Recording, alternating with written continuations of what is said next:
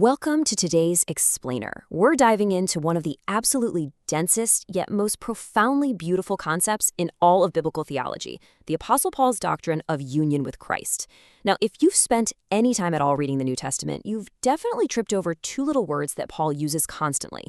But let's be honest, we rarely stop to actually consider the monumental weight behind them. So I want to pose this question directly to you. What does it actually mean to be in Christ? Paul uses this exact phrase or variations of it dozens of times, yet its deep, incredibly transformative meaning often suffers from what we might call spiritual amnesia. We just kind of read past it, treating it as simple religious vocabulary. But in reality, it's the absolute key to understanding identity, grace, and human destiny. To rescue us from that amnesia today, we're grounding this explainer in a brilliant academic lecture by Dr. Robert Peterson. He really unpacks the foundations of this doctrine across three of Paul's letters, 2 Corinthians, Galatians, and Ephesians. Our goal here is to take Dr. Peterson's profound theological insights and translate them into a visual, step-by-step, spatial rescue mission. We're literally going to map out how Paul views human salvation. Here is our roadmap for today. We'll start by decoding in Christ, then look at escaping the law's curse, being crucified and reborn, adopted and sealed, and finally being raised to new life. All right, let's jump right into section 1, decoding in Christ, a transfer of realms. You see, when Paul talks about salvation, he isn't just talking about a change in legal status. He's describing a massive cosmic transfer of domains. In theological and linguistic circles, Paul's use of in him or in Christ is often described as a locative used figuratively. Let's demystify that academic jargon for a second. The locative case usually describes a physical location, like being in a house or in a city. When Paul applies it to Christ, he's talking about a literal change of address for your soul. It means a total transfer from the realm of the world, which is a realm of spiritual bondage, straight into the secure, living domain of Christ himself. You are placed entirely into a new kingdom. Moving on to section 2, escaping the law's curse, which is essentially the human problem. So, why is a change of address so necessary in the first place? Well, it's because of the stark contrast between our old zip code and our new one. In Galatians chapter 5, Paul lays out the painful reality of the old realm. It's characterized by the works of the flesh. We're talking enmity, strife, jealousy, anger. And worse still, it's a realm under the heavy, crushing curse of the law, where we are expected to perfectly abide by all things written in it. And honestly, we continually fail. But contrast that against the new realm of Christ's Spirit. Through faith in Christ, the landscape radically changes to the fruit of the Spirit: love, joy, peace, patience. It is an entirely different atmosphere. But escaping this first realm, this law's curse, isn't something you can do by just casually walking across the border. It requires a rescue. It requires redemption. As Dr. Peterson highlights from Ephesians 1, redemption is the deliverance of slaves by the payment of a price. We were lawbreakers, right? We deserved the penalty. But through a concept known as penal substitution, Christ steps in and literally takes our place. Galatians 3 makes it stunningly clear. Christ redeemed us from the curse of the law by actually becoming a curse for us. He took the penalty we deserved and paid for our absolute freedom with his blood. Which brings us to section 3, crucified and reborn, the rescue mission. We know the price was paid, but what's the exact mechanism of crossing this border? Like, how does the transfer happen to you personally? It happens through co-crucifixion.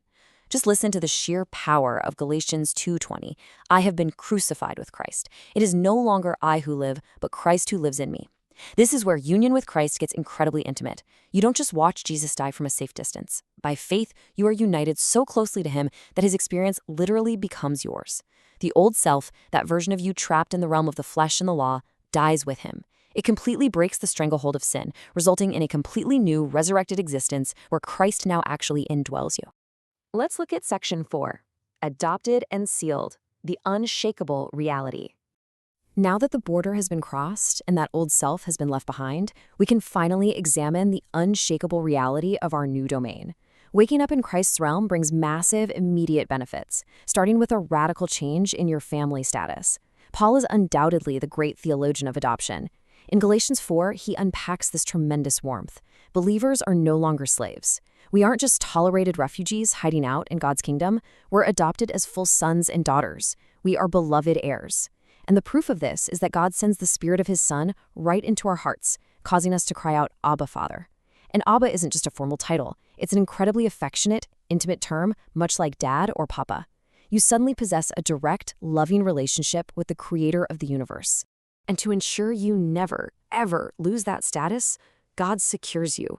The unbreakable doctrine of sealing found in Ephesians 1 is a stunning display of the Trinity in unified action. God the Father is the one who seals. Believers are the ones being sealed. And what is the seal itself? It's the Holy Spirit, a person of the Godhead placed on you as a mark of permanent ownership. Think about it. In ancient times, a seal guaranteed preservation and security. This means that once you are transferred into Christ's realm, you are absolutely protected. You're kept safe for your future inheritance in the new earth. Literally nothing can break that divine seal. And finally, Section 5, Raised to New Life, the absolute epitome of grace. Let's bring this explainer to its grand resolution in Ephesians chapter 2, where we see what Dr. Peterson calls the epitome of grace. We're looking at God's ultimate solution for people who were once completely spiritually dead. Paul visually stacks these definitive steps to show our total victory. First, even when we were completely dead in our trespasses, God made us alive together with Christ. He breathed spiritual life into us. Second, He raised us up with Him, sharing in His resurrection power. And third, and this is just incredible, He seated us in the heavenly places in Christ Jesus. Notice how our union with Christ is so dynamic, so unbreakable, that it's as if we've already ascended with Him and sat down on the throne, sharing in His absolute victory over every evil power in the cosmos. Scholar Frank Thielman points out a truly mind-bending reality about the grammar of salvation here. Those three massive verbs, made alive, raised up, seated, they are all in the past tense. Salvation isn't just something you're hoping for in the distant future. It is emphatically present right now. For the believer, your resurrection has, in a very real spiritual sense, already taken place. Which leaves us with this final provocative thought. If your resurrection has already happened, if the old you was crucified, and you've been transferred, adopted, sealed by the Trinity, and permanently seated in Christ's heavenly realm, how does that redefine the way you live today? It's time we reject our spiritual amnesia. You are no longer a slave to the flesh. You are in Christ. Embrace the reality of your new address, your new family, and your new unbreakable life. Thanks so much for joining me for today's explainer, and keep exploring the incredible depths of this truth.